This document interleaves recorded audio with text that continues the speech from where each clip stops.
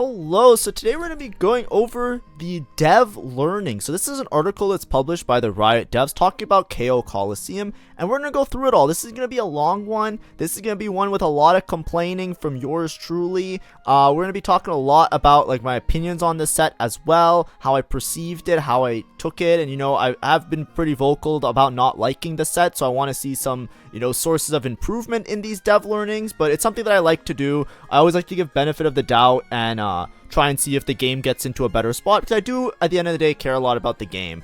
But like I said, if you like my content, please make sure to like and subscribe. I'm normally doing daily TFT guides. This one's a little bit different. This is just more of a reflection on the current set. It also aligns really well right now because I basically quit the set indefinitely until next set because I hit Grandmaster and I really don't care to play even a single minute more of the set, which we'll talk about as we go through this. But anyways, while we go through it, I'm going to have this sign that I'm going to flash and usually put up if I start complaining a lot. I want to make it very clear, I will be complaining in this. The reason I didn't make a complaining video ahead of time was because there was a lot of hate around the set, and I think the TFT community as a whole is really fucking stupid and annoying. So like if I say anything negative about anything, there's going to be two sides. Majority of the people are either going to be like, angry that I'm complaining and be like, how could you be spreading hate, even if it's like a valid criticism? And then the other side is just going to dogpile and be like, yeah, let's fire everybody. And I think that part of the community is really toxic and it really prevents having discussions. So we're going to look at this. We're going to see what the devs are doing to improve, commend them for their efforts, obviously, because it was still something hard to do. And I'm just going to use it to reference and complain about some of the issues that I had with the set and see if it's remedied in how they talk about it in this article. And I think that's the most mature way of doing it. But of course, I'm going to speak in a more entertaining voice at certain points, so don't take it to heart if I start like swearing or exacerbating a little bit. It is what it is. But anyways, this is the TLDR. We're going to read the whole thing, so I'm just going to skim this over. So power-ups, I think, in my opinion, were really poorly implemented. I didn't like them at all. I think that it was basically like a knowledge check. If you knew what the good power-ups were, you were strong. It was very unintuitive, and it kind of felt like a worse version of anomalies in many different ways, which we'll reference later based on what they say. Here they say that as the set evolved, it became high complexity, high knowledge burden. I guess that's similar to what I was saying. Inconsistent options revealed the need for clearer tuning. I would say so. I think also with power-ups, there's just too many of them that are just useless, right? There's so many that were added to the game that basically never really got any sort of spotlight or play, and they've basically just been abandoned, it feels like. So, we'll see what they talk about it in more detail. I don't want to take the TLDR and make an assumption on it. Flexibility, I felt like the set wasn't very flexible. Vertical traits felt really strong on multiple patches. So, they say it was not flexible. I agree. It really wasn't at all. We're looking at the next set, extra care to trait levels at lower breakpoints. I think this is a good change. It's something that they say every set, though. It feels like every time I read these dev learning articles, I see these words, so I don't really believe it that much. It really just comes down to how the balancing gets optimized a lot of the time. But this isn't necessarily a bad thing, right? Flexibility, and like, it doesn't matter if the comps or the units themselves are flexible. It matters more if there's enough viability to be able to play multiple things, in my opinion, right? Like flexibility, it doesn't matter like, if like the lower breakpoint is really strong, right? So that you can put in like a lot of different units. What matters more is like, if I have two holders that I can make an item and I can flex around the item at the bare minimum. Because if you can't even do that, then it's really, really rough. And I think that's what was happening a lot with this set. There was like certain units where it's like, that's the only unit that that item works with, or you're just 8th type of beat. But we'll talk about it. There was a flexible patch this set, right? The Karma Yumi patch, but they just fucking threw that in the dumpster fire as well. Sharp and meaningful design reflects on artifacts. This is the one where people always have the most dog shit opinion ever on it, and I'll mention a lot because I have a lot of opinions on artifacts. Artifacts were really bad this set, but part of it is because of the set mechanic. You're basically making like a giga unit, so if you have a giga unit with a giga artifact, it's really strong. But also there's a lot of artifacts that just shouldn't have been as strong as they were because they're just problematic things, right? I think a lot of people look at artifacts and think like, they're strong, but like they're creative because they have like these unique silly effects. But in reality, it's like, as long as you know what's good and what's bad, it's basically like another form of a knowledge check, right? It's just another form of, if you know what's good, then you have a strict advantage. If you don't know what's good, then you have a worse advantage. And if that's the case, then it just comes down to who hits the broken ones. And that's what happens a lot of the time. So right here they're saying like, you know, certain artifacts champions feel mandatory or unplayable without them. This is a big issue I have with artifacts in general, right? A lot of times it's like the artifact is broken and then the unit's broken, so then the remedy is you either have to nerf the artifact so it's useless on everybody, or you have to nerf the unit so the unit is useless on its own. So I want them to make it more narrow, which is what they're saying, or make it more like, you know, unit versus item isn't that big of a power spike, such that then the balancing doesn't become artifact useless, unit useless type of beat, which I think is what they're insinuating here, but we'll read the more detailed afters. Bugs, this one, Pioneer attacks. I don't want a creative name, I want an apology. Honestly, this set has been egregious with the bugs, to a point where like I wanted to quit actually being a TFT content creator. I know for a fact that next set's going to be really good, because the reason that this set is probably so bad is unfortunately the truth that with TFT, whenever there's a major set, which is like one that has like a big associated tournament or event associated with it, they clearly just put way more effort into that one, and the set that precedes it is usually the most dog shit set, right? Think back in history. What were the most memorable last couple sets? Set 10, the music set. What was the other most memorable one? Set 13, the arcane set. Well, what happened with the previous sets? Well, before set 10, there was set 9.5. That is unanimously considered to be one of the worst sets of TFT ever. It's contender for the actual worst one. And then set 12, where that one was a dumpster fire too. That was arguably the next worst one in the last 5 or 6, depending on your opinion. And a lot of times it's because, like, you know, there clearly feels like they're putting the resources into the next set type of beat. So with this set, that's why there's probably a lot of problems with it. And they're saying, what is this? Pioneer attacks. I'm not familiar with the term. Concept of things going wrong when you try something new. I don't think it's that. I don't think this is a concept of trying something new. I think that it's just like, yeah, I agree with the second sentence more, right? Compressed timeline and resources. I feel like there needed to be more people working on this in order to accomplish everything, or we had to decrease the scope of the project. And I think that would have been a little bit more nice, at least for me, right? Led to fewer finalization games and more bugs. Sure. Lulu, Monster Trainer, Ambitious was flawed. I think Monster Trainer was okay. I think the bugs with the rolling of it was really bad. Right, I think besides that, there was like a point where it was like kind of okay towards the beginning of the set, and then obviously got optimized to a point where it wasn't okay anymore, but it wasn't as bad as people make it out to be. This was one of the things I think, like, you know, they shouldn't be too hard on themselves for. I think this one was like a cool thing that they tried out. It didn't actually work with the scaling as intended, but like the biggest problem with this was the bug with the shops, right? The shopped bug, where you can hit infinite kogmas and shit, that was a problem. But this I think was pretty alright. Prismatic traits, I think these were fine. Hopefully they agree. Reserve quest style, fruit prismatics more, yeah, sure. Rules revamp reflection, this was a success. I'm gonna rant about this a little bit too, but we'll get there when we get there. And then style of anime tournament, yeah, I think the styling was good. Alright, let's get into it. Power-ups. Set mechanic for KO Coliseum. Favorite champion giving them ability to become your anime protagonist. Cool. Here's how it landed. I think this was one of the worst implemented set mechanics ever. We're gonna bitch a lot about this in a bit, but let's see what they have to say first.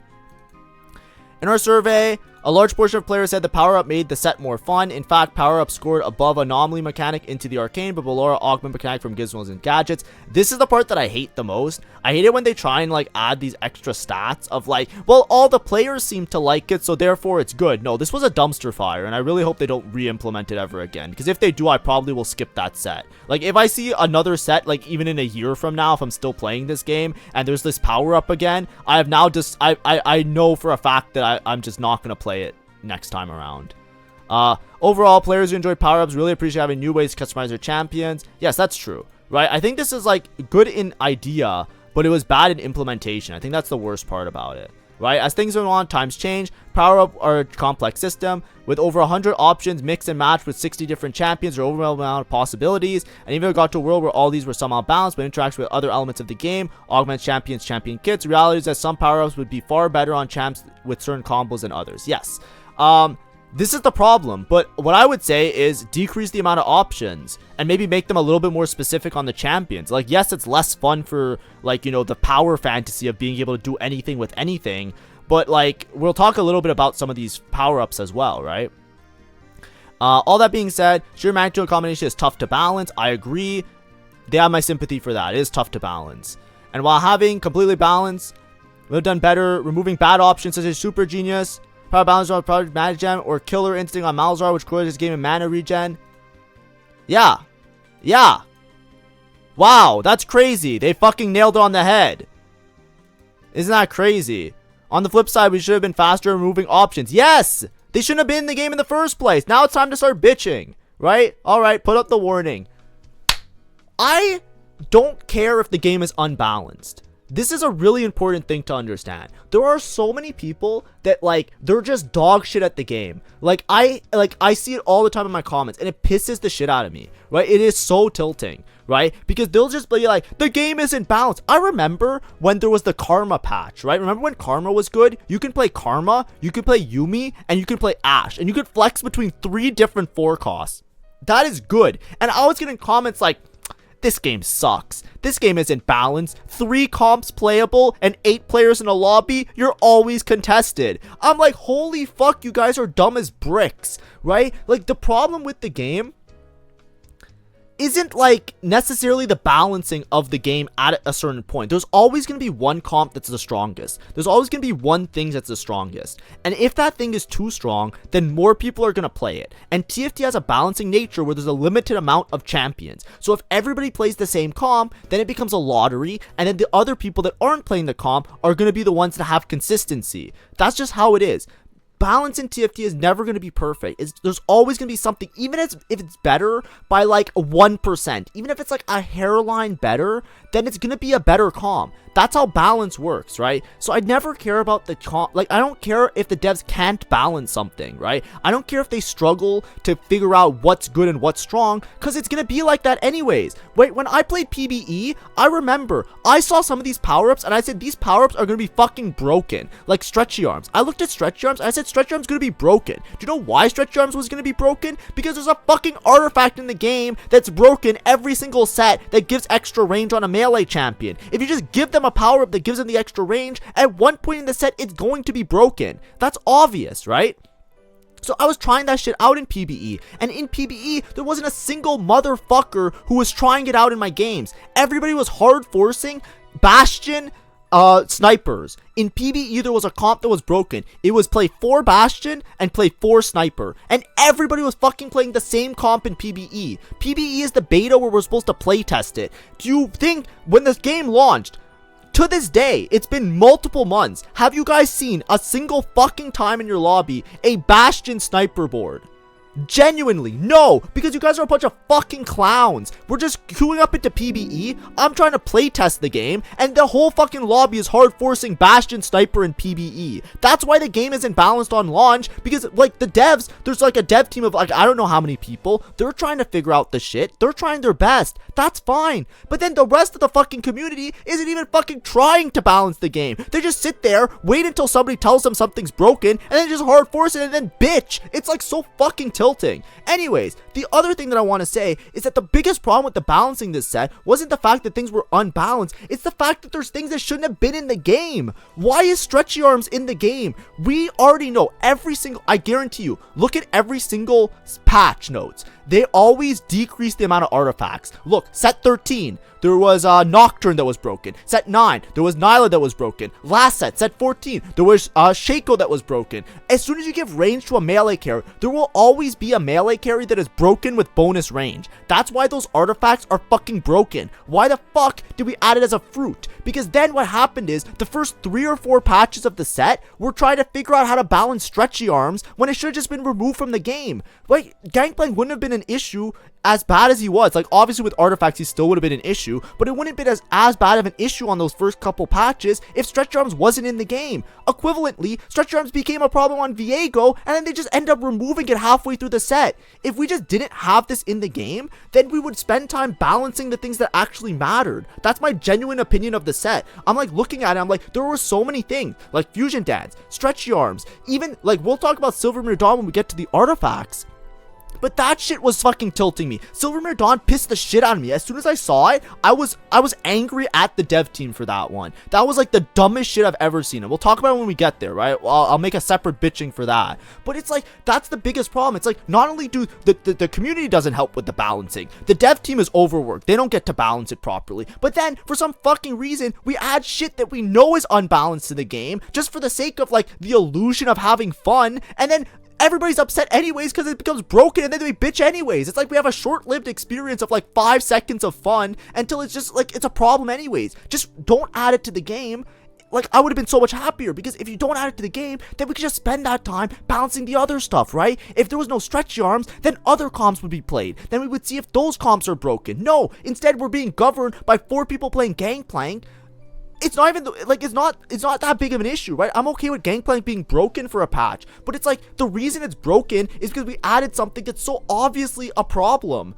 That's the part that pisses me off, and that's the biggest problem with these fruits. They just keep adding. There's so many fruits that are just dog shit and useless, and then we're trying to balance them. It's like, don't spend time balancing them. Just don't add them to the game. Just fucking focus on the other parts of the game. Like, we already don't have enough time as it is to make this game into a proper fucking state. There hasn't been a single patch that I enjoyed besides that one Karma, Yumi, Ash patch that I mentioned before.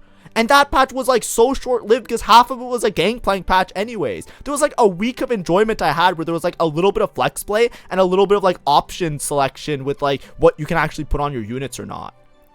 Holy. Okay, continuing. I got it out. Right? They're too long or too dominant, creating rigid metas with power fantasy. We had so many powers that were because we had so many powers that were generic, we need to be careful when we apply a power up to a champion. That's true and false. I would say the power-ups were generic in the fact that they were just like generically said something, but there was always one that just was like a mathematically better version of the other one. And that was a big problem for me, especially since I make guides. I had to math out the amount of things I had to calculate with a freaking calculator this set, like literally outside the game. I had to like punch them in to see what actually gave more stats. Was absurd. Like, it wasn't like that in set 13. You could have done that in set 13, but they were relatively close that it became a situational type of thing. It was like, oh, this is like technically good here. Maybe if I have this item, it's a little bit better. Here it was like, no, it's like, it doesn't matter what your build is. There are some that are way better. We'll talk about it, but one of the big ones is Gather Force on Jinx. Gather Force on Jinx, like, at one point, people just mathed it out, and then you found out about it. And you know what the problem is? All the pro players know this, because they're fucking smart at the game, and they didn't fucking say shit. So I tried so hard. In my StarCraft game, I either said, I've seen Gather Force, I'm pretty sure it's good, because I mathed it out. I mathed it out personally, and I said, Gather Force looks like it's pretty good, I just haven't seen a single motherfucker play it. And then, lo and behold, the next patch, everybody's playing Gather Force. You know why? Because they just kept it until the tournament. They just kept it a secret until the tournament, and then as soon as they figured out it was broken, then the comp was broken. Oh, I didn't put my bitching alert on. Then everybody knew it was broken. That's the problem. It's just that some of them are just like so absurdly skewed to being one better than the other. Anyways. This is where dialing scaling numbers are power-ups. Yeah, I think this is fine. The scaling ones were a little bit annoying because they made reroll really good on some of the later patches, but I think that that's part of like the fun part of it, so I can't really like take that away from like other players, so that's fine. Right? Other power-ups was how agency feels good. You had enough options where it was reasonable to fish for a power-up you wanted, but if you missed it, it would feel especially bad. So we cut the difference, allowing players to completely select their power-up. I think a lot of people were asking to completely select the power-up at one point, right? But I think there's some of them that's like, I think the bigger problem with this was like, there was a huge like, there was a part, like remember there was one patch like a while ago, like there was one patch where they just like redid all the power-ups on the units because like they were just not aligned with what the units wanted. It was like this like you know Janna had a fruit called Veteran, and like obviously it was the Veteran Janna patch that was really broken, but before that Veteran was her least likely fruit. Like that type of like stupidity, it felt like. It was like there's a fruit that is like specifically to make this unit really good, and then like we'll make it like the least common thing, so you just have to dig for it. And it's like, why are we digging for it? If it's supposed to be like a good fruit, just make it a common fruit for that character. Like, what are we doing here? Like, why is it that like, you know, Heart of Gold, not Heart of Gold, there was like some other shit, like Samira, there was like a thing with Samira. Okay, this is gonna be a bitching alert. One of Samira's most common fruits was fucking extra Omnivamp. on a backline unit that doesn't need the Omnivamp. It was so bad. Samira the entire set has a damage problem. All you want on Samira is damage. For half the set, if not more than half the set, her fruits were not damage fruits. They were survivability fruits. Having Samira live doesn't matter if the whole fucking board is dead. It wasn't good. That's why Samira sucked. When they finally made it so that she could actually roll damage fruits more consistently, she's now starting to see more play. Like, that's a big part of her kit. It was just so tilting. Anyways. We saw the difference allowing players to completely select their power-ups versus making them. That's fine. I already read that. That said, power-ups are an exciting system taken from players. I'll break down power-ups for one champion, Lucian. I think Lucian did have good power-ups. Lucian was pretty flexible. I found like there was different things, right? Yeah, he has like the specific ones like Pursuit, Max Arcana, Mage, Mech Pilot, Drift Duel. Like, yeah, I think this guy had like a good mixture of stuff, right? But it wasn't like great. When Lucian were meaningfully different, they gave him power in different ways. There was simpler like Gather Force or Stretch Arms Gangplank. When a power up like Gather Force Jinx was the perceived best and only option. No. I don't like this language, okay? Maybe I'm bad at the game. Guys, you can call me dog shit at the game or whatever. You don't understand. Gather Force on Jinx was mathematically just like, you can math it out. It's not a perceived best. It was the best. It was like fucking way better than everything else. What the fuck are we talking about here? Oh, it's perceived best. Like, what? Do you guys have some stats? What's the actual best then? Tell me. I'd like to math it out. I fucking did it already. Like, maybe not anymore because I think they nerfed it one time. So maybe it's not broken anymore. But at the time, it was clearly fucking better. Like, if you didn't hit it, like, what? You think Hyperactive does as much damage as Gather Force? The unit that gets infinite attack speed from her ability, you want to give her more attack speed with Hyperactive. Yeah, that fruit was equal in power to Gather Force. I'm sorry. I just perceived Gather Force as being better. You know, when I looked at my game and I missed Gather Force and I went 8th, and the next game when I hit Gather Force and I went 1st, oh yeah, that I perceived it as being the best and only option. My bad. You know, I'll fucking change my glasses. Like, what are we talking about here? Agency, man. Like, I'm okay. I'm on board with you guys with the dev stuff, but just cut the crap with it. This to me, I don't like. I don't like it when it's like, you know, like these type of things, right? I'm totally sympathetic. I love you guys. You make a great game. I want the game to be good because I enjoy playing the game. But like, don't try and like honey dick me with it.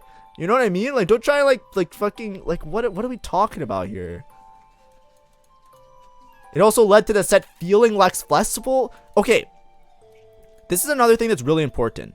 The big part of the power-up with the flexibility was the fact that your items really mattered. For example, let's say take Jinx for example. If you know that you want to go for Gather Force Jinx, you need to make certain items to make Gather Force viable, right? Versus another fruit on Jinx, right? Another fruit that was considered to be pretty good on Jinx, but that just worked out to mathematically be worse was what's it called? The one that gives you Shred and Sunder. Right? There was a fruit that you would take it and it would give Jinx Shred and Sunder effects. So if you were taking that fruit that gave you Shred and Sunder, you would, guess what? Not make Shred and Sunder items. So if you're playing your game with the intention of certain fruits existing, you would have to purposely decide how you make your items in your mid game, because you can't just make your items at the end of the game because Jinx is a 4 cost, right? It's different when it's like a 1 cost and a 2 cost.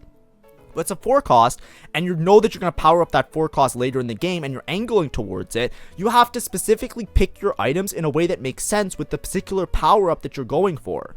Like, that's the part that made things really unflexible, because then your items would be forced, and then if you don't hit the right fruit, then your items don't make sense with the other fruit that you have. That's like a major issue, or was a major issue that worked out to be with the set. And you couldn't just flex between multiple different fruits because there was one that was just so much better. And the fruits were just too different in the sense that they just didn't give a raw, obvious amount of power, which was something that I really didn't enjoy.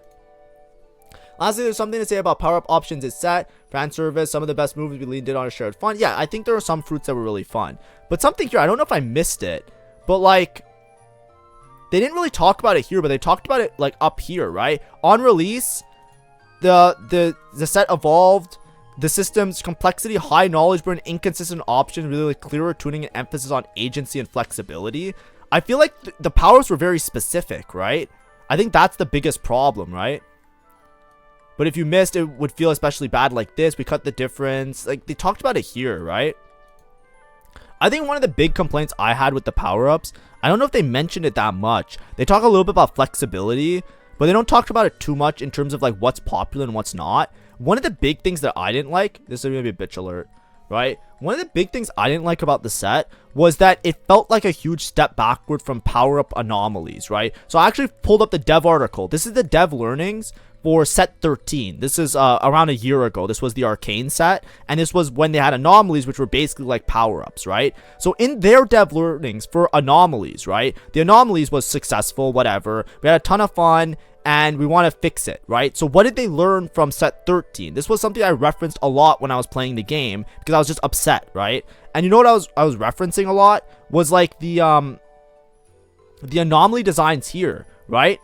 If you read this, I'm going to read you this excerpt, right? Probability and math are foundational to game design, but another vital piece we took away from anomalies was which ones resonated most with players, aka which anomalies were the most fun. Even when at a balanced state, our most picked anomalies offered broad, universally useful power rather than niche applications.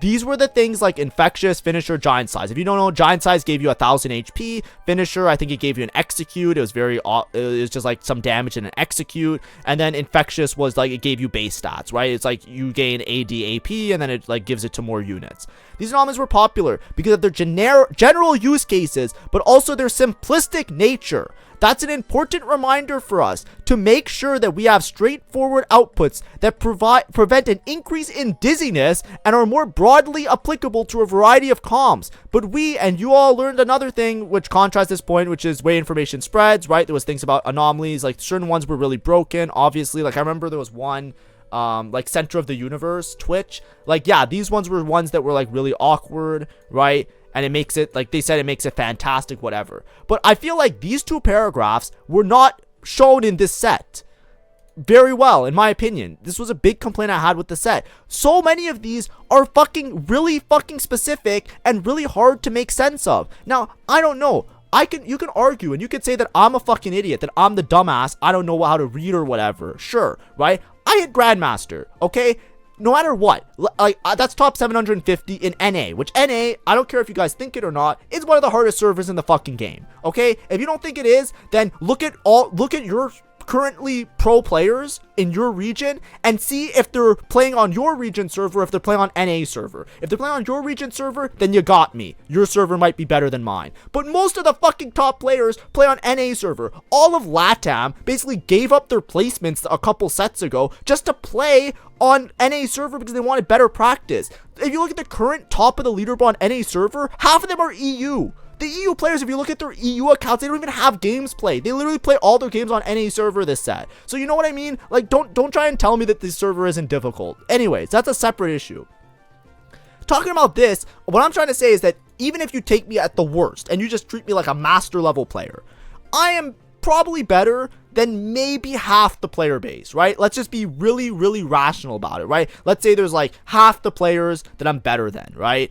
I genuinely think if it's like a half and half, I would say if I'm struggling to understand which fruits are best, and I'm struggling to make sense of these complicated fruits, I would argue that half those players that are less experienced than me will probably have the same issue. Now, I'm not trying to ego. Please don't take that the wrong way. I'm not trying to ego. I'm not trying to say. I'm just trying to make a common handshake, like a firm handshake around. Like, if I can make it to Grandmaster and I struggle with this, I'm assuming that there's a good amount of people that are not in Grandmaster that are struggling with this. That's the connection that I'm trying to make here. I'm not insulting anybody. I'm not saying you're dumb. I'm saying I'm with you guys. I'm at the same level when it comes to parsing out the information with this, and I make guides for a living. I literally make guides on this shit and I have trouble with it. So I can't understand how other people wouldn't have issues with this. But anyways, so many of these are fucking so difficult. What is this? Read this. It's a fucking paragraph. Like the learning. It's an important reminder to us to make sure we have straightforward outputs that prevent an increase in dizziness and are more broadly applicable. Like, what the fuck am I reading here? 30% attack speed, but when one unit dies, that one gains attack speed, but for 4 seconds. It's only for 4 seconds. How much damage is 300 attack speed in 4 seconds? It's like, what are we doing? There's so many of these. Then there's all of these power-ups. They're just tied to some dog shit unit. It's like, what is this? what is this, man? Like, has this ever been good? No. Is it gonna get balanced? Of course not. Like, nobody even cares about this, right? Where's the Vi one? There's a Vi one somewhere as well, right? Like, so many of them, they're all like paragraphs, right? The ones that are like very simple, like these ones, these are the ones I like, right? Like, you know, like they're one sentence. Look at this one. Living wall, gain armor. At the combat start, you gain attack speed for every 30 combined. Like, how much attack speed is this? Tell me right now, guesstimate. How much armor does a Leona have base? Does anybody know what a Leona has base? Like, what are we taught? Like, it's just like, there's so many of them. Like, there's actually so many of them. Has this ever been good? No. Has this ever been good? Is this even in the game still? I don't know. This one people thought was good, and then if you math it out, it's actually dog shit. So, like, I don't even know if that's good. This one's broken, right? It's like, oh my god, man. It's just like, it's so, like, this was probably good at one point. This one too is confusing. Like, if you're a silver, not silver, let me say, like, if you're in the range of like bronze to, I'm saying silver because like the average rank, right? The average rank is like high silver, low gold. I checked it a couple days ago. That's why I say silver. I don't mean it as an insult. I'm just saying if you're the average player, so let's say you're everything up until diamond, right? You're bronze to diamond rank. Is this broken or not? Like some people say it's broken, some people say it's not. I don't see anybody clicking it ever because I don't think you can fucking rationalize whether it's good. I'm sure it's good on Caitlyn in some spots and Smolder in some spots. I've seen it been played on them, but like if I'm taking this, like how much is locking my attack speed, converting into attack damage, and then dealing more damage but generating mana? It's like, holy fuck, can we add anything else to this? Why don't you make it fucking jump through the computer screen and jerk me off while we're at it? Like, what are you talking about? Like, these are 4 separate sentences. Like, each of these could be its own anomaly. Like, what are we doing? It's so, like, what the fuck? A quick tag. Yeah, we just added this to the game. Like, I can't, man. But this was, that's the problem that tilts me, right? The reason I'm tilted is because this was in set 13. They said that they weren't going to do this anymore. Like, am I crazy? In set 13, they're like, we're just going to do something. I just wanted a fruit. I wanted a fruit that was like gain 40 attack. That's it. Or gain 50 AP. Like, that's it. If they had a fruit that was like 50 AP, I'd be like, cinema. It would be cinema, man. I can't. Anyways, flexibility. Coliseum was not flexible as we would like. I agree, it wasn't very flexible. Work to improve it in later patches. We failed to hit the mark for many of our competitive players. I think that's true. But I think it felt more like a balance issue than a flex issue, right? Like, I think like tournaments, if you're looking at competitive players with tournaments, a lot of times it was just that tournaments patches were governed by like 1 or 2 particular comps, which made it very hard to play anything else because the power level was just so misaligned. Which goes back to what I was talking about with balance, right? Adding all this useless fluff to the set, or not useless maybe, but adding a lot of fluff to the set, adding stuff like, you know, power-ups that maybe are obviously gonna be problematic in my opinion, like stuff like that, I think made it very hard to balance, which is why I'm imagining some poor dev player just getting their fucking shit railed by somebody constantly yelling at them that they didn't do a good job, and like, in reality, like, they're probably working like 8 hours a day, going home, barely sleeping, trying to make this set as good as possible, and there's just too much to do. So that's why I wish there was like less scope, which I think they're going to talk about later, right? For purposes like abilities, playstyle allows you to play around with what you get in your shop, early items, and your augments. Holistically, playing what the game gives you, I agree, right? This is something that's not like consistent in most TFT sets. Modern TFT, you optimize a lot more because people are getting a lot better at the game. So like a lot of the stuff that would be like tricky shit, like people can get around it because they just have the experience now. I think about flex play. Ideal is for highest level play. It's important to note that other than inspection, forcing should be somewhat also viable. I agree, right? You should be able to force some stuff, right? If you're a beginner player, that's really important to learning the game. Everything I'm on board with, right? Situations like hitting copies of a Yumi in a shop and not wanting to play Yumi 2 because you didn't already have 5 project or 5 Battle Academia.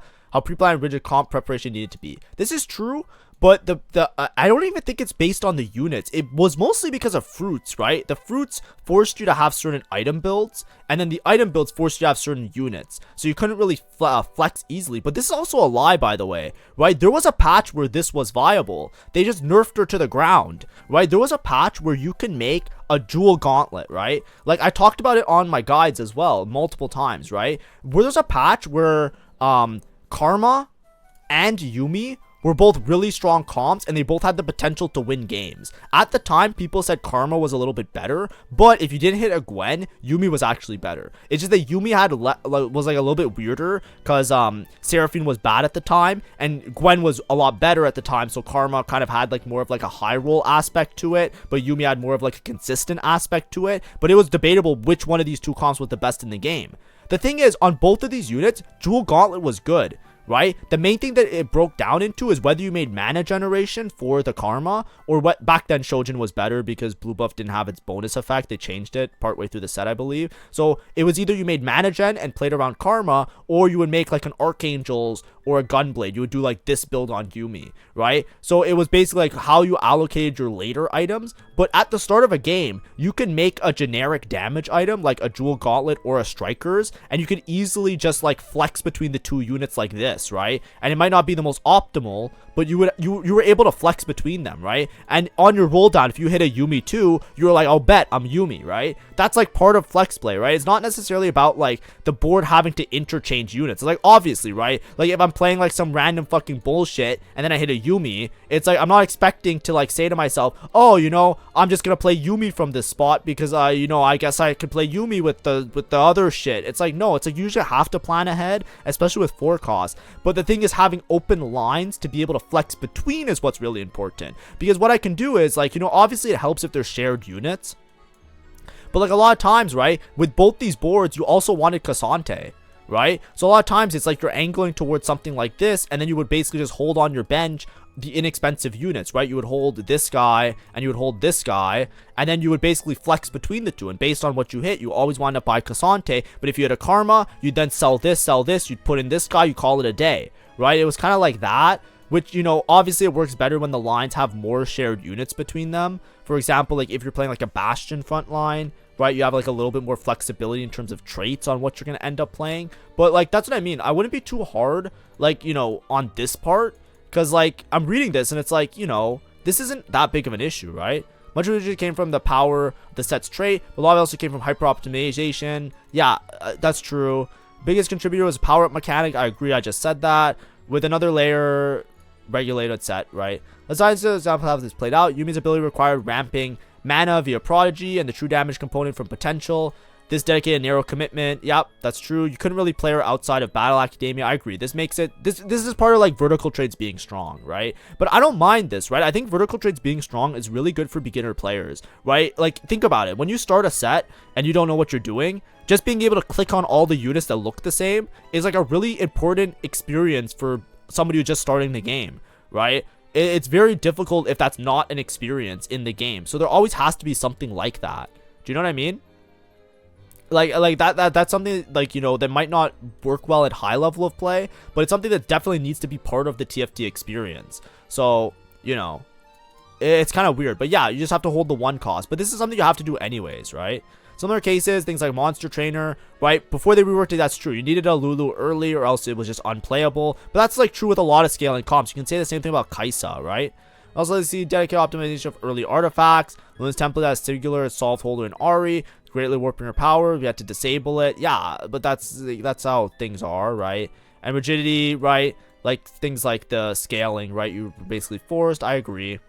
At the end of the day, a lot of similar that's what I'm saying. Like a lot of this part, I don't mind too much, right? Like the parts that I'm annoyed with is like the parts where I feel like we needlessly wasted much of the set trying to balance shit that shouldn't have been in the game. Like that's the part that I truly find frustrating. This part, it's like, this is TFT, right? This is every set. Like, even in set 13, right? Set 13 was like the last great set according to everybody. I didn't like set 13 either, right? But like, you know, that was a set that people really liked. Like, every single set of TFT I played since set 9 has been like this, right? There is like maybe like some, to a lesser extent, like how strong verticals are versus non-verticals, but eventually like the optimal boards get solved, and then it becomes a matter of playing around the optimal boards. and not necessarily flexing between like whatever you hit and making a creative board type of thing. I don't think that's a style of gameplay that exists that much anymore. I think that's just how TFT kind of worked out. This set, it felt a little bit worse with power-ups because you were way more committed on your items now because your power-ups had to match that, but you know, it is what it is. Take a look at that set. It was not into the fun, unique hooks. We're taking extra care to make sure our trait levels feel better at lower breakpoints. We saw this before. Allowing wider gameplay makes sense. Deep without specific investment.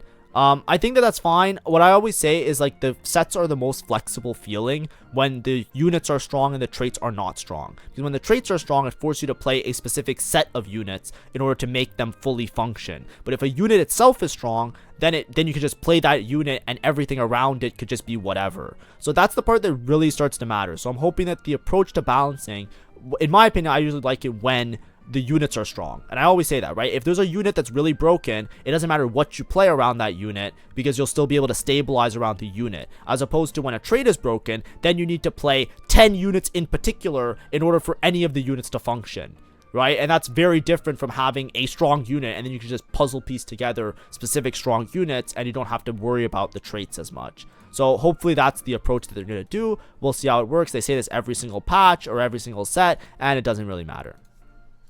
Sharp and meaningful design. Reflections on artifacts.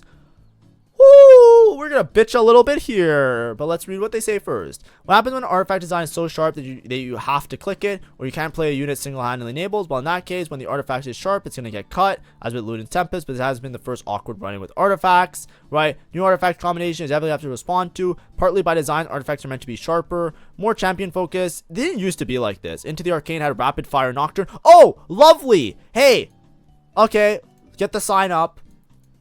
Into the Arcane, we had Rapid Fire Nocturne. That's fucking crazy. Hey, you know what was really fucking cool? When we added a fucking fruit that gave people range. We added Rapid Fire as a fruit to the set, and we were like, that's gonna be good. It took half the set to get rid of it, man. Like, we shouldn't have been balancing it. That's what I mean. Like, this set, I think, would have been so much better if we didn't waste so much time trying to balance this dumb shit in the game. But then at the same time, like, obviously, if you take it out, people are gonna be upset that they can't have fun. But it's like, at least the fruits, man. Like, leave the, we can't have both the fruits and the artifacts with fucking artifact effects. Like, what are we doing, man? Cyber City with Blight and Jewel Fiddlesticks. I don't even think Blight and Jewel Fiddlesticks was that broken in Cyber City. It was like okay, it was passable. I think Blight and Jewel Malzahar is probably worse. So situated responded by nerfing the unit, but when we did, those units became borderline unclickable. Yes, this is true. This is what I say all the time, right? When you have the artifacts, one of two things happen. If the artifact and unit combination is broken, then you have to nerf the artifact, so the artifact is useless, or you have to nerf the unit, so the unit is useless. And then in both cases, it feels bad, because if you don't have the exact situation, you can't play around either of them. And that's what sucks. That's why I hate artifacts, but that's a me thing. For example, we got Artifact Blender Nocturne. Balance, base Nocturne was unclickable. Even if you saw 3 copies of him in the shop, yeah, you never clicked him. That's true. That's what happened, right? Artifact prioritizes champions viability without artifact over the artifacts. Yes, it needs to be adjusted. I definitely agree, right? Instead of buffing or nerfing a champion around an artifact with simpler number of adjustments, we want to approach 2 variables, champ kit and artifact. Design changes that make both their power ceiling and power floor closer together, with and without the artifact. I agree. I think this would be a good change for the game, but it obviously depends on their implementation. But I'm glad that they're at least acknowledging it, because every single set, they seem to be complaining about artifacts, but then, like, we just forget about it, and then we just start the next set with all the broken-ass artifacts again. We're doing so. We have a second goal with artifacts to establish a power budget between core and radiant items. Accomplish both of the above made artifacts less sharp. I agree. This doesn't say that we're going to nail artifacts perfectly next set. That's fine. All I want is a best effort, right? Like I said before, I don't care if the game is not balanced. What I do care about is if the decisions we're making are actively making the game better or if it's making the game worse. Each bet seems variable, blah, blah, blah. Immune to the fact. Next set will be made more immune. We'll try. Yeah, this is fine, right? I don't care. Bugs, ambitions, context, and the pioneer attacks. KO Coliseum was one of the largest sheer content volume. And while creative ability to do content be powerful, it also had a pioneer attacks. Whatever, we just read what that is. It just means that they tried stuff and it failed.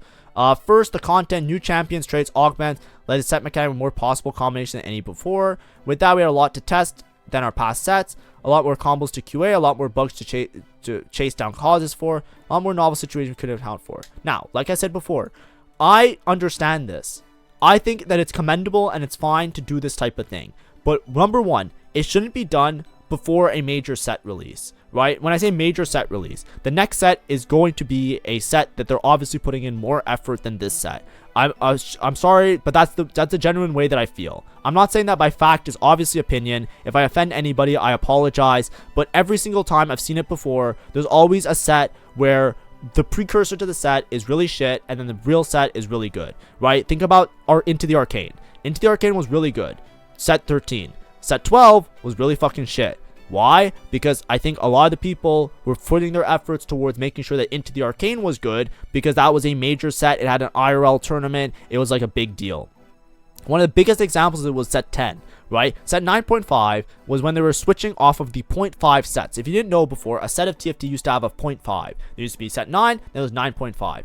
9.5 was one of the worst balanced games I've ever played in my life. Not even by TFT standards, by any standards in any stretch of the imagination. It was an absolute dumpster fire, and I wish that I didn't play TFT at that point in time.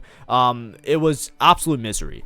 And the next set, the music set, was one of the most well-received ones. It was really fun. It had the great songs. Everybody liked it. I think a lot of people, it's their favorite set, right? It's like, you know, set 10, set 13. These are the ones that a lot of people talk about being their favorites in the last history. And it's like not even close. Like, they'll be very passionate about defending them as being some of the best sets. And I agree. They were really well done. But they also had a really shit dumpster fire right before it. That's what this is. This is the shit dumpster fire before set 16, which has an IRL tournament that they're obviously going to be putting a lot of effort into. Because, like, once it's the front-facing, you know, beautiful thing, you know, the cameras are on, they're not going to have some IRL tournament where everything's dog shit, right? Look at set 13. Set 13 on launch, there was a couple balance issues. They had an A patch, a B patch, a C patch. They dealt with that shit instantly. Like that. They had all hands on deck to make sure that that fucking Vegas Open, or not Vegas Open, it was the... yeah, Vegas Open for set 13 was good, right? Like, they made sure of it. Like, that's how it kind of is. That's just the tempo. That's the cadence of the... or was it Macau? Oh, I think it was Macau. It was Macau, right? Forget which one. Whatever. You know what I mean. I don't go to the tournaments. Number of communities were also testing development. This is what I was complaining about before, where, like, nobody helps out with the testing either. Because, like, nobody, like, fucking things, right? We had to move many of our key processes or finalization phase. This should have been less jam days for the team. Well, days where we play on repeat. So wait, what is this? Shift more of our planning and decision making earlier in the pipeline so we could give each stage of development more breathing room. But putting that into practice meant compressing timelines. So they did something. I don't know what this means, but like, fix your system, Riot. Like, it obviously didn't fucking work this set. For KO Coliseum, it seemed like we're consistently behind on bugs. We thought we fixed one, a higher impact one would pop up. It sucks. It felt bad. We worked hard. Can I get an apology? I want to see an I'm sorry here. I want to see an I'm sorry. Well, to start, we have more finalization time for our next set. We're planning plenty of finalization time for all sets moving forward. Even as I write this, the next set has already surpassed the total number of jam days we had for KO Coliseum. Good! But past jam days, we're also onboarding a new testing team that should be this is good. This is a good change. I'm happy with this. Okay, that's fine. As always, this isn't saying the next set will be bug free. That's fine, right? I'm not somebody that I complain about stuff when it's like a singular instance, right? I don't care if there's a bug in the game, right? I care about the systematic reasons for why there's a bug, and I care about, like, communication, right? We're gonna open the bitching again.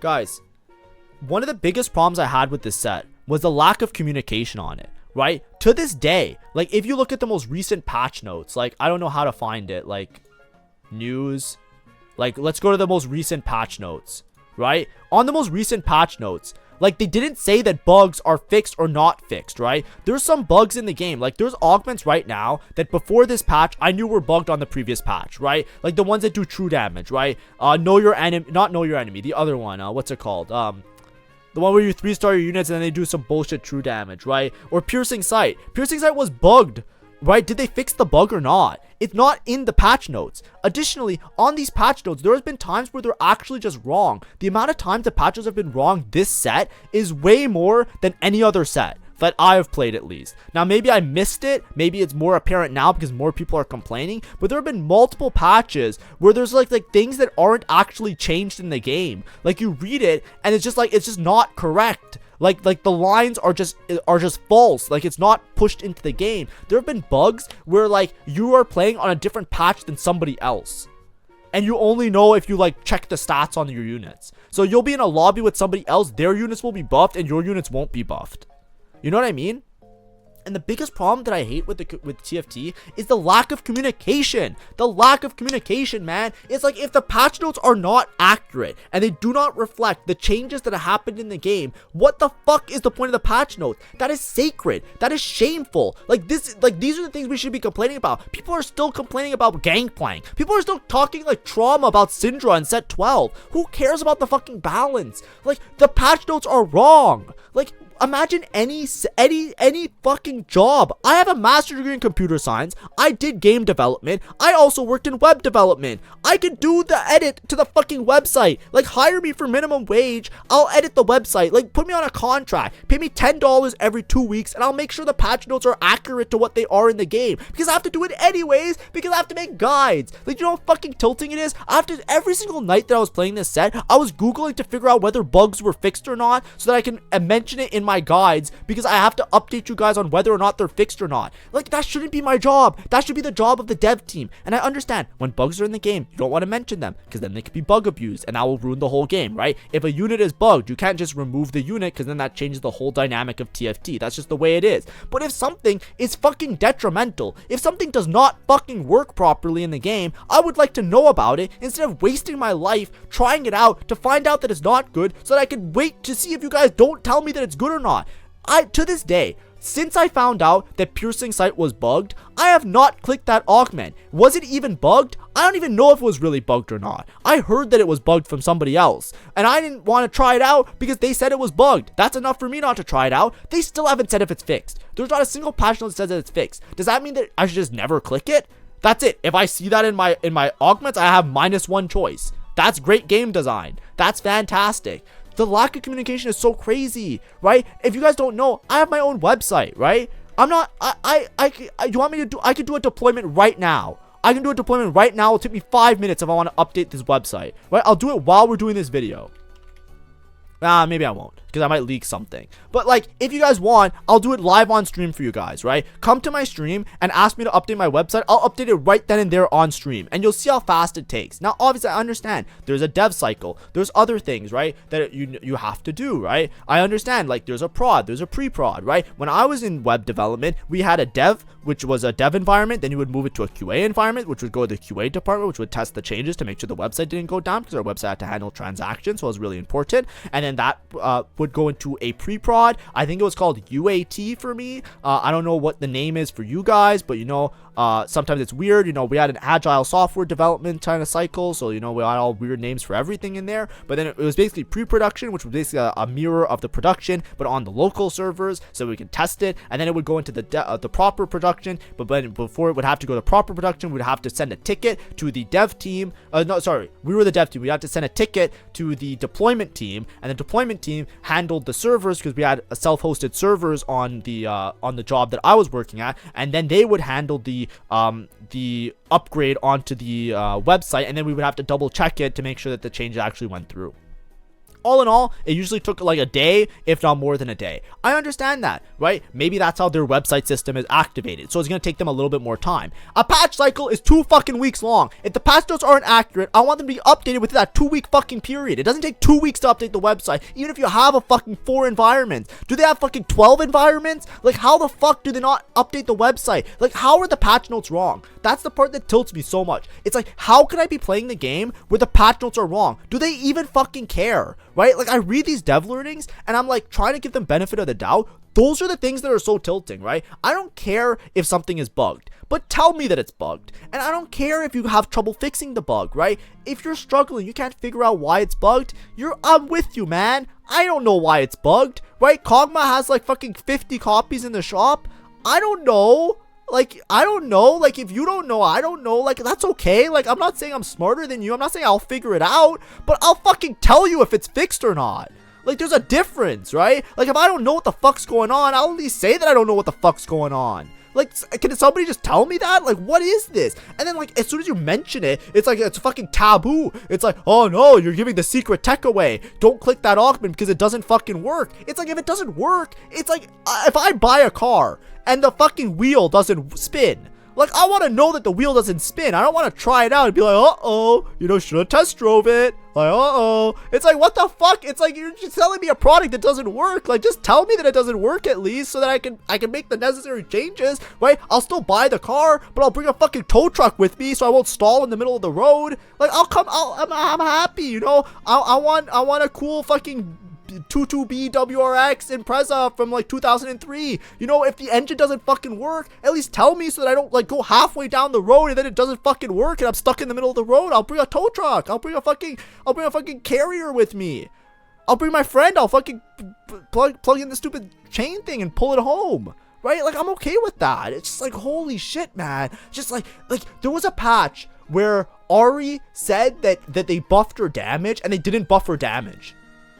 And I'm sitting there and I'm like, is Ari buffed or not? I was trying to make a guide on Ari. You know why there's no guide on Ari on my channel? Because I couldn't know if it's buffed or not. Because I had to go in the game and it's just like, oh, I guess she's not buffed. My bad. Hey, my bad, G. Lulu, a case study for complexity. Now let's talk about one of the bigger experiments. Trainer shipped a threat like, yeah, trainer, this is fine. Transformative. I think this was okay. Right, it became a little bit of a problem later in the game, but it was actually okay for most of the game. So I actually don't care too much if like about these learnings. So I think they did a good job. Genuinely, I think it was just like the bugs, right? Hard to squash bugs, Lulu carousel bug. This was another one. They said it was fixed like twice, and it still wasn't fixed, and then just removed her from the carousel, right? Like, I feel like just say that it's not fixed, right? The Ramus pissing bug people meme about, that one I didn't care about because it was mostly like aesthetic. I just turn off the music. Who cares? I listen to my own music. We tried something new, led to mistakes, tight timeline. Yeah, that's fine. Finally, all this led to the end state of Monster Trainer leaving mechanic. Yeah, I think this was like kind of sad, but I think it was necessary. But I think it was like I said, besides the bugs, which is a separate issue, the implementation of it was okay to me, right? They tried to make a scaling monster that you can switch between different dudes and you can take the one that fits your board best. They tried to implement it with like a unique shop mechanic that it would kind of work in those shops. There were bugs that didn't work. The leveling was too bad because you couldn't like get the monsters to like properly scale throughout the game as well as they could have. I think like maybe there were some other approaches to the leveling that you might have been able to do, like leveling only applied once they were 3-starred, or leveling applied like later in the game, so like getting it early didn't matter as much as later. But all those are really confusing. So, you know, like stuff like that doesn't make sense. Maybe they could have just like scaled really powerfully with their star level, right? Like a level 2 versus level 3 had better scaling, but then that poses other issues, right? Of course. But I just kind of treated it similar to like a Kaisa, right? I think a lot of people thought that Monster Trainer was supposed to be this like interchangeable, flexible thing. Like, I'll play Smolder, and then I'll play Kog'Maw, and then I'll play this. And it's like, I just kind of approached it similar to like how Kaisa was, right? Kaisa was really strong early in the game, and she was just a scaling unit. If you had a Kaisa early, you played Kaisa. If you didn't have a Kaisa early, you didn't play Kaisa. That's how I looked at Monster Trainer. It's like, oh, I have a Smolder early, I play Smolder. If I don't have a Smolder early, I don't play Smolder. So like, I didn't see it as that big of an issue, right? Tough decisions, right? The bag sizes was bad. Manipulation, yeah. Invisible rules was really bad. Yeah, I agree with that part. Prismatic trades. Let's see prismatic trades. So they made the new prismatics a different way. This is an experiment worth doing. I'm trying to skim this part. I don't care too much about it, right? Next step, we're splitting the difference using a new mechanic to turn out ways to traditionally hit prismatics that should feel more intuitive while maintaining rotating wheels. I think these were fine, right? Prismatics shouldn't be that apparent. I think it's more of like a for fun thing for players that are seeking a more fun experience. So for me, I don't really care. I think they did a good job on this, and I think that their general consensus that they did okay on it. So I'm on board. Roles revamped. So this one, I already made a video on it, so I'm not gonna go through it. I think they did good on it with like the targeting. I think the targeting is a little bit weird and less intuitive, but I'm getting used to it, so it's more of like a skill issue on my part, right? I think that they did fine. I think when they buffed it, when they changed it so that Omnivamp wasn't on the fighters, I think that was a good change in general. And I think that mana regen as a stat is like good so far. I actually I'm on board with it. At first I was very skeptical about it, but now I'm on board. I think it works fine. I think they did a great job. That being said, time for a little warning sign. One thing that this reminds me of artifacts. Remember I said I would start bitching about artifacts? I'm gonna bitch about it now, right? This thing right? When you look at the where's the roles revamped like thing that they were talking about, like the original thing, we looked at this over, right? That's why we're skimming it here, right? Like they were like, you know, what do we want to do? We're changing how mana is generated based on roles, right? So the whole thing is that they wanted to change that tanks generate mana differently from other units, right? And a big part of it was because like melee units would go infinite. I don't know if they mention it here, right? Here, right? Like maybe it's not this article, it's probably a different article, right? Like there was a thing where basically like melee units would basically go infinite, and they would basically have a hard time dying or like hard time doing anything, because basically it would run into this cycle, right? If you're a melee carry, right, and then like let's say like I don't know, let's pick somebody, right? Like Darius, for example, right? Like let's say Darius in the past he would generate mana from getting hit. So what would happen is he would get hit, then he would generate mana, he would cast his ult because he's in the front line, so he's getting hit, so he'd cast his ult frequently, then he would deal a bunch of damage, heal up the damage, so now he recover the damage, then it would be like a cycle of him getting hit, he would heal, do damage, which would cause him to heal, then he could take more damage, he would cast again, heal, do damage, cast again, heal, get damage taken, etc., right? And it made these units like really fucking broken, and it made them hard to balance in certain cases. So a lot of the roles was to make it so that certain units like this, they don't count as generating mana from being hit anymore, and instead you would have units like tanks that still generate mana from being hit, because that's like the whole point. If they're a tank, you want them to tank, so like that's an important factor in their kit, but somebody like a Darius doesn't want that factor to be in their kit. This is a really important thing. As you can see, they wrote a whole article about it, talk about why it has to happen. They spend months and months working on it and doing all this crazy stuff. Here, we're talking about again, doing all this crazy stuff. One thing that I really hated was Silvermere Dawn, right? Silvermere Dawn, they took an item and it says generate mana from being hit. Of course, on set release, if you guys don't remember, one of those broken comps in the game was this motherfucker. They literally took this guy and you put Silvermere Dawn on him, and it was fucking broken. You know why it was broken? Because this guy doesn't normally generate mana. And then the original effect of Silvermere Dawn was, let's make it so that they generate mana. There was an extra thing that you could generate mana from being hit. So it's like, to me, it's like there's clearly a disjoint in the communication that they're giving us and like what actually gets put into the game. Because they spent all this time trying to remove this exact scenario from happening, and then just put it into an artifact. I hate that aspect of the balancing of this game. Like, there's so many times where it's like, hey, this is an issue. You know what it reminds me of? It reminds me of the fucking Patrick Wallet meme. This one. It reminds me of this.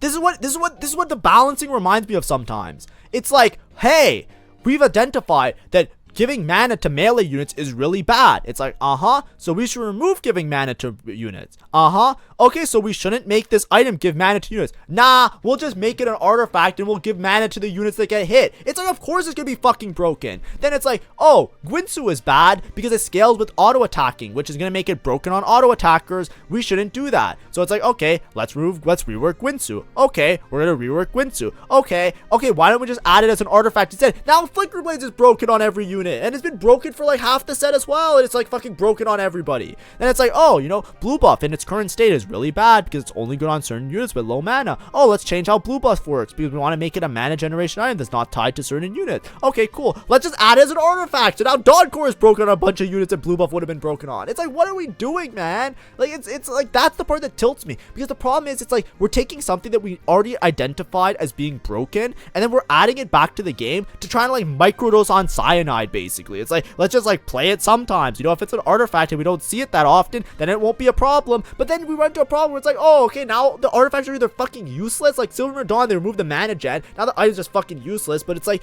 we're wasting time balancing stuff when we don't have the resources to balance what's already in the game. This is just fucking focus, man.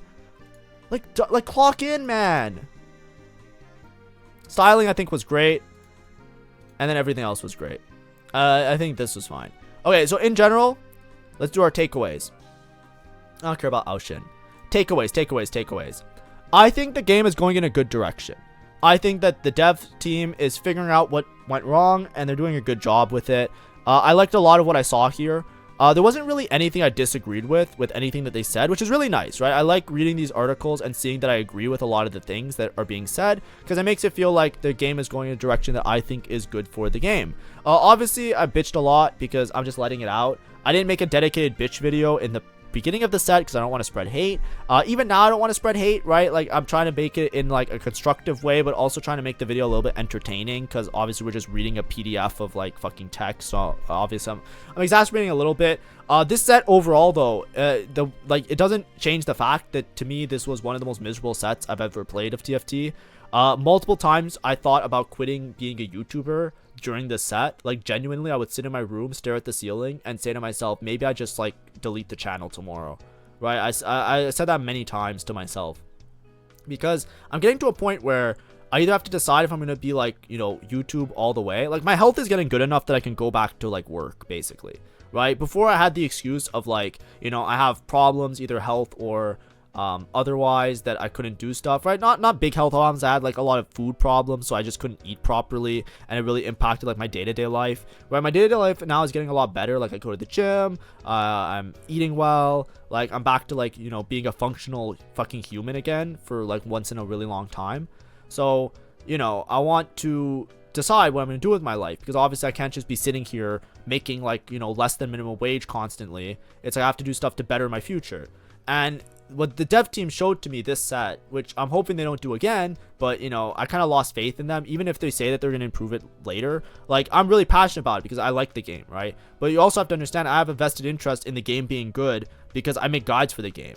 I had the largest drop off in consumption of content for this set overall, like of all the sets, right? All the sets, there's like a thing where it's like the first month, you know, it's the most amount of views, and then you slowly taper off and things get worse and worse because people like stop playing the game. You know, there's the hype in the new set, and then people become less and less interested.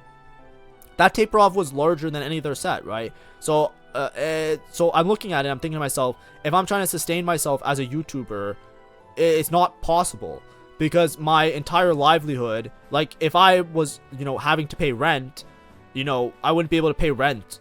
And I tried harder this set with making content than any other set. You might not think it, but like, I made a VOD channel. So all the VOD reviews that I would normally do on my main channel to do as filler, to take up in time that I'm working on other guides and other content, I made it as a separate thing. And I made equally as many guides as before.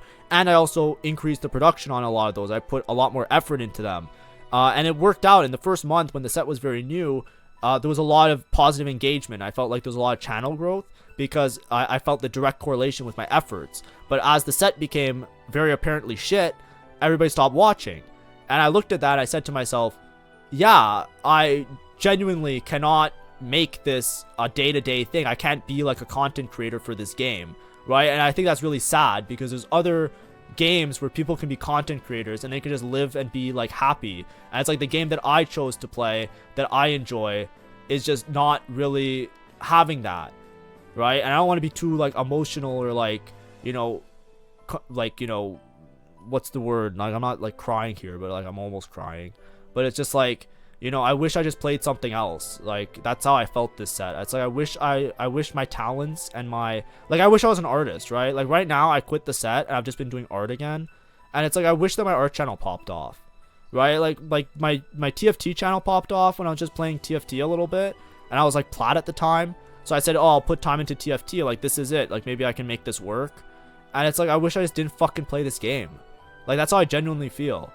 And I wish everybody didn't play this game, because I wish this game just died sometimes, because it's just like what are we doing here, right? And it's just like, and I have to deal with that while also making content, while also getting harassed by YouTube comments half the time, which I'm probably getting harassment on this video because I was angry about the set not being good, right? I spaced out. I played the least amount this set. I tried my best to take breaks. I played Silksong. I played other games. I'm doing art now, and I'm a lot happier doing art. And it's just like, man, like, fuck, like, you know, and I think about it, it's like, you know, next set is probably going to be really good, so that's going to be really fun and exciting. But what about the set after that? Is this going to be another 3 bad sets until the next good set, and then I'm going to have to read a dev learning article about how, oh, we didn't have enough time to test out everything, oh, we misallocated our resources again. It's like, I had this, like, it's been since set 9.5. 9.5 was shit, and they said, oh, it won't happen again. And then, you know, the next set, oh, it won't happen again. And now this set, it's like, oh, nah, definitely won't happen again. And it's just like, why can't we just, like instead of making the game worse, why can't we just make the game better? Right? Like, I know that sounds really fucking stupid to say, but it's like, especially this set, there's so many things this set where they just added stuff that was clearly problematic, and then it turned into a problem. Like, if I was on the dev team and they asked me a question, I would just be like, you know, hey, why are we adding stretch arms to the game? And they would be like, it's fun. I'd be like, yeah, but the artifact makes things broken. I really think that we should maybe delay the release of this until we figure out which units are broken with range and make it more balanced, maybe. Or like, maybe just don't add it at all and maybe do like another form of power fantasy. Like, we could still have fun stuff. It doesn't have to be like, but like, I don't think fun should equate to something we've like, you know, if it's something new, that's fine, right? Like, if it's something that's new, I'm happy. But it's like, why are we doing something where it's like we saw it be bad and then we just add it to the game and for the sake of fun? It's like, that's not fun. That's dumb. Like what are we doing? And it's just like, you know, and like I said, I learned this set that I'll never be a TFT YouTuber like full time. As much as I try, as much as I do, right? I either have to pivot to not making guides and just maybe just playing games. Like, I know like there's challenger players that do that. I might have to just invest the time to be challenger, and instead of making community content, which is what I wanted to do, I have to like just pivot and just be like a gameplay channel only, right? And just like milk people for thinking, like, you know, and just be like the slop that's on the internet instead of actually trying to make a difference in the game. Or I have to just like fucking quit and just start a new game over, right? A game that think cares. This feels like what I played Guilty Gear, right? I used to compete in Guilty Gear, and then just fucking nerfed Zato to the ground, and it just fucking sucked ever since. And it's just like, why do I always have to pick a game where it feels like nobody fucking cares, right? And that's the truth of it, right? So I read this dev article, I'm hoping that what they say this time around is going to be correct, and they're actually going to make improvements to make the game better. Because if not, like, I'm fucking done, right? If next set is bad, I'm done. The next set that's bad, if there's another set like this, I think, like, you know, I'm probably already going to be done because I'm running out of time before I have to, like, do life stuff and just, like, move on with making content and doing a cute little dog impression on the internet, right? Like, I'm going to be done soon, right? And it's just like, there's no way I can make this work because, like, half the time I have to lose my fucking viewer base because the game sucks. It's like, it's not even my fault. So I'm trying to make a guide. I make a guide on a content, and then my comments are, why would you make a guide? The game sucks. Or don't play this, just play broken comp number 2. And it's just like, what am I supposed to do about that? And it's just like, it's not even my fault. It's like, I'm trying to make guides about the game. I'm trying to be positive. I'm trying to spread positivity. The community fucking sucks. The game fucking sucks. The devs fucking suck. No, not really. I don't want to be rude to the devs, but you know what I mean, right? And it's just like, and I'm just sitting here. I'm trying my fucking best. Nobody's playing the game anymore. Nobody's even trying. Half the competitors don't even want to compete. And I'm sitting here, I'm trying to be like, hey, time to read a guide. And it's just like, what the fuck is this, man? I'm just gonna do Chainsaw Man art. You know what I mean? And that's what I'm gonna do for the next 2 weeks until next set. And then next set, I'll just go hope that it's different. I'm gonna cross my fingers, man. Anyways. Not to end on a bad note, though. You can come check me out on stream. I'll be doing art for the next couple bits. So that should be fun. Anyways. Thanks for watching. Hopefully this was at least, like, fun if you didn't read the article. I tried to exacerbate it. Make it more entertaining because I think like loud voice equal funny sometimes for some people, at least on my channel. But you know, we'll see. Next set should be better.